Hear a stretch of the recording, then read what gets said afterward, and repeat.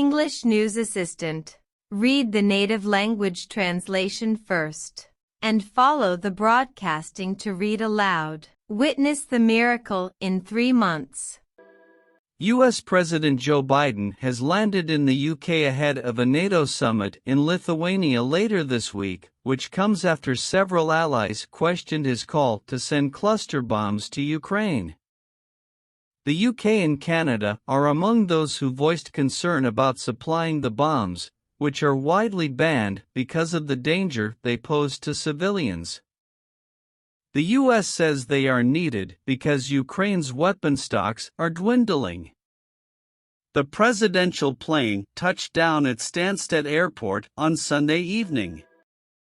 On Monday, Mr. Biden will meet his British counterpart Rishi Sunak to discuss various issues, including the war in Ukraine.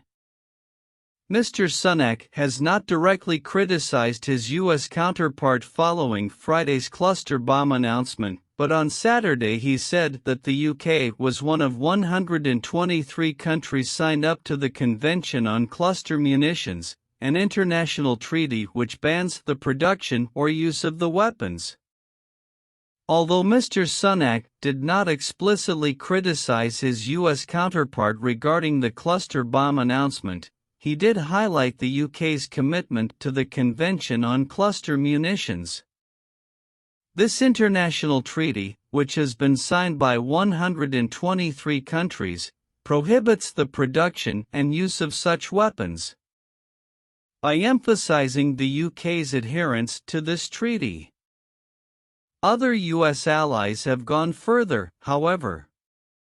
NATO partner nation New Zealand said on Sunday the munitions could cause huge damage to innocent people. Cluster bombs typically release lots of smaller bomblets that can kill indiscriminately over a wide area. Unexploded bomblets can linger on the ground for years before they detonate. The U.S. says it has received written reassurances from Kyiv that Ukrainian troops will not use the weapons in Russia or in urban areas. Why is the U.S. giving Ukraine indiscriminate weapons? While in the UK, Mr. Biden will also meet King Charles for the first time since the king was crowned. Members of NATO, a military alliance of 31 Western nations, will then meet in Vilnius on Tuesday and Wednesday. Finland will attend its first summit since joining in April. Plans from Sweden to follow suit have been blocked by Turkey, which accuses it of harboring terrorists. Mr. Biden is expected to seek further support from Mr. Sunak to help broker a deal with Turkey. The matter is also expected to be on NATO's agenda in Lithuania, along with boosting ammunition stockpiles and reviewing defense plans. Ukraine harbors its own ambitions of joining NATO. But speaking to CNN before his trip, Mr. Biden said this would not happen until the war was over, in line with the alliance's long-standing policy. Citing NATO's Mutual Defense Pact, Mr. Biden pointed out that members undertake to protect every inch of each other's territory, meaning that if the war is going on, then we're all at war. Ukrainian President Volodymyr Zelensky has previously accepted this position, while requesting a signal that his country will be able to join the alliance when the war is over. He is expected to attend this week's summit. Read the native language translation first, and follow the broadcasting to read aloud. Witness the miracle in 3 months. NATO leaders are gathering in Lithuania for a crucial summit that could shape the direction of the war in Ukraine and the future of the Western Alliance. It is thought some allies will promise Kyiv new security guarantees designed to deter future Russian aggression. They will also discuss providing more weapons and ammunition. On the membership issue, Ukrainian President Volodymyr Zelensky wants NATO to say Ukraine could join as soon as possible after the fighting ends, setting out explicitly how and when this could be achieved.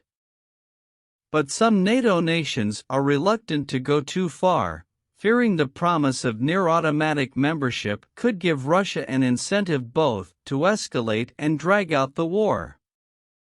Jens Stoltenberg, the NATO Secretary-General, said no final decision had been made on the language of the final communiqué, but added, "I am absolutely certain that we will have unity and a strong message on Ukraine." But after late-night talks on Monday, he announced that Turkey had agreed to support Sweden's application to join NATO. The news was welcomed by the US and Germany, as well as Sweden itself. Turkey had spent months blocking Stockholm's application, accusing it of hosting Kurdish militants. Mr. Stoltenberg said the two sides had worked together to address Turkey's legitimate security concerns. Turkish President Erdogan earlier suggested he would back Sweden if the EU reopened frozen membership talks with Ankara, a request that was rejected by EU officials. Over their two-day meeting, NATO leaders are expected to agree new plans to deter and defend the alliance against future Russian aggression by beefing up their forces in the east. And they are also expected to step up their financial commitment, making the target of spending 2% of national wealth on defense a minimum figure, rather than a general ambition. Security is tight in Vilnius, with NATO forces, including Patriot air defense missiles, defending a summit taking place only a short distance from Belarus and the Russian exclave of Kaliningrad. The overarching aim of the meeting is for NATO to convince President Vladimir Putin of the alliance's long-term military commitment to Ukraine. Officials hope this could begin to change the Russian leader's thinking, putting doubt in his mind that he can outweigh the West. As such, some see this summit as potentially as important as military gains on the battlefield in persuading Mr. Putin to change his strategy. So some NATO members will promise Ukraine new security guarantees. U.S. President Joe Biden has suggested Ukraine could get the kind of military support his country gives Israel, long-term commitments designed to deter potential aggressors. Kyiv accepts that NATO cannot formally invite Ukraine to join while fighting rages. That would risk plunging the alliance into war with Russia, as NATO would be obliged under Article 5 of its treaty to defend any member that is under attack. Instead, Kyiv wants a clear promise of post-war membership with a timeline, so it knows victory will bring the security guarantee of NATO's nuclear umbrella.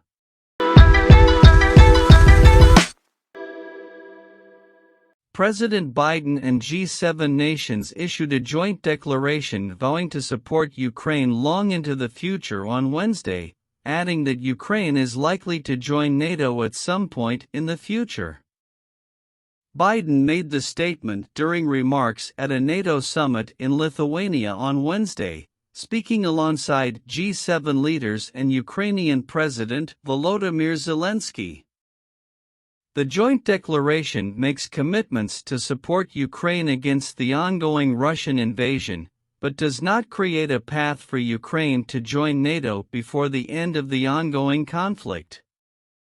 "We just concluded the first meeting of NATO's Ukraine Council, and all our allies agreed Ukraine's future lies in NATO. That's not a surprise to any of us, I don't think. I hope it's not a surprise to you, Mr. President," Biden said, addressing Zelensky. Allies all agreed to lift the requirements for membership action plan for Ukraine and to create a path to NATO membership while Ukraine continues to make progress on necessary reforms. But we're not waiting for that process to be finished to make the long-term commitments that we're making to Ukraine's security. The long-term commitments we're making are backed up by the notion that in the meantime, we're going to provide security to Ukraine against any aggression that may occur. Today, the members of the G7 are launching a joint declaration of support for Ukraine, to make it clear that our support will last long into the future, Biden added. This starts a process by which each of our nations and any other nation who wishes to participate will negotiate long-term bilateral security commitments with and to Ukraine. We're going to help Ukraine build a strong, capable defense across land, air, and sea. President Zelensky asserts that Ukraine would never exchange any of its territory in a bargain, even if it's only one village with a population of one older man. He lauded the promises of more weapons systems from Kiev's partners, saying the power of the weapon always makes victory closer on the battlefield, and said that he met with President Biden for twice as long as planned. But speaking later, by how much Ukraine values the UK's support, Sunak also says Zelensky has expressed his gratitude on a number of occasions.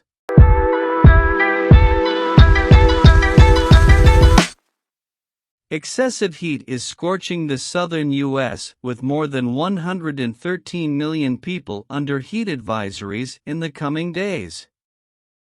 Temperatures are expected to climb well above 38°C, 100°F, in many areas, posing public health risks for millions.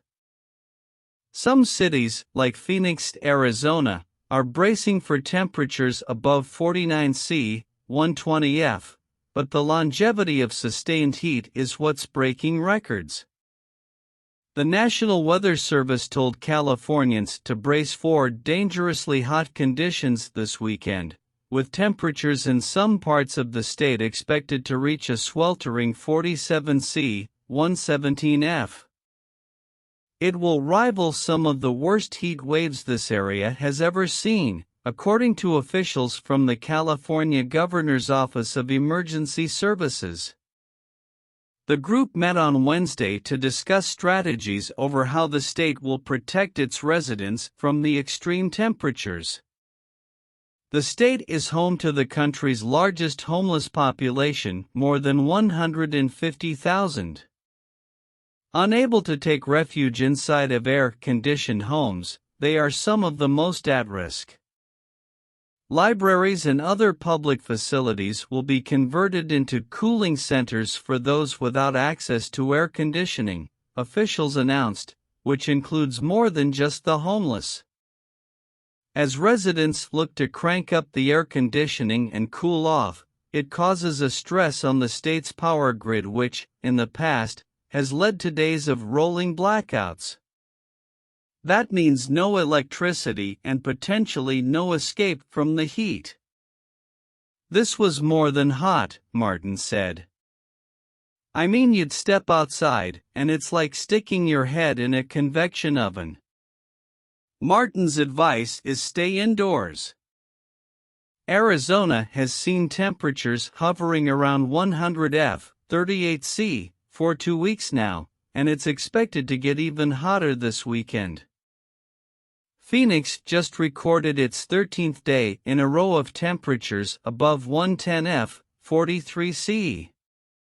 If it reaches 18 days in a row over 110°F, it will break a record set in 1974.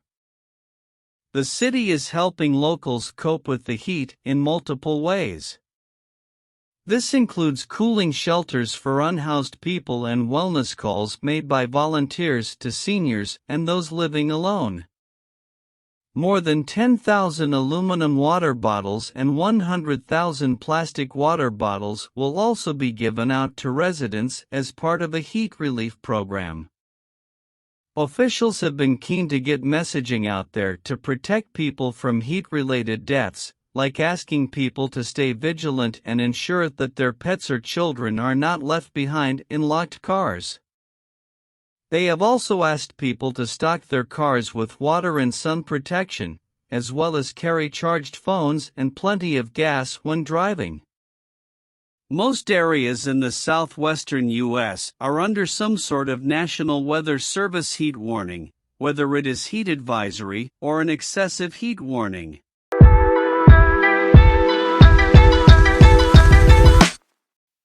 Jason Sudeikis, Susan Sarandon, and thousands of other actors have joined screenwriters in Hollywood's biggest strike in more than 6 decades.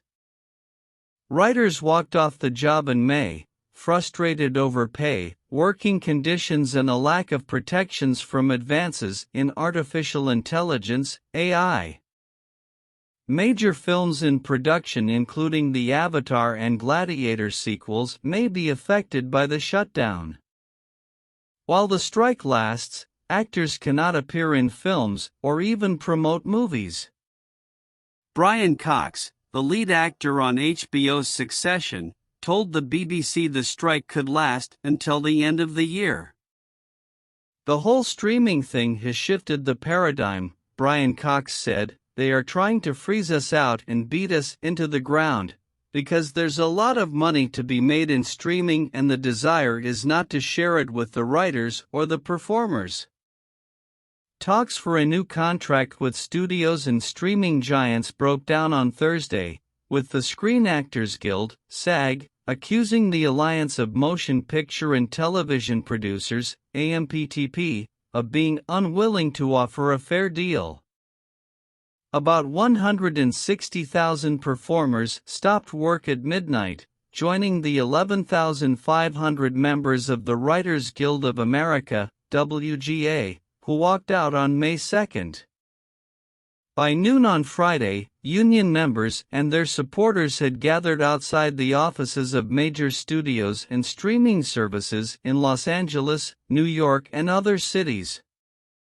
Exciting events like red carpet premieres, interviews, and popular conventions such as the Emmys and Comic-Con have been affected due to changes in plans. Some have been postponed, rescheduled, or made smaller in scale. The strike action is driven in part by an uncomfortable transition to the era of digital streaming, as well as by broader technological changes. AI will affect everybody, Academy Award winner Susan Sarandon said. "There's definitely always been the feeling that if it isn't solved now, how do we ever solve it in the future? If you don't have the foresight to put something in place for the future, then you're screwed," she said. "It's clear that nothing is going to change from the top down, it's going to be up to us at the bottom." With the prospect that the strike could roll on for months, cinemas could face problems, and viewers may be left with nothing new to watch bar reality TV and live sport. In a statement on Friday, the White House said President Joe Biden believes all workers, including actors, deserve fair pay and benefits.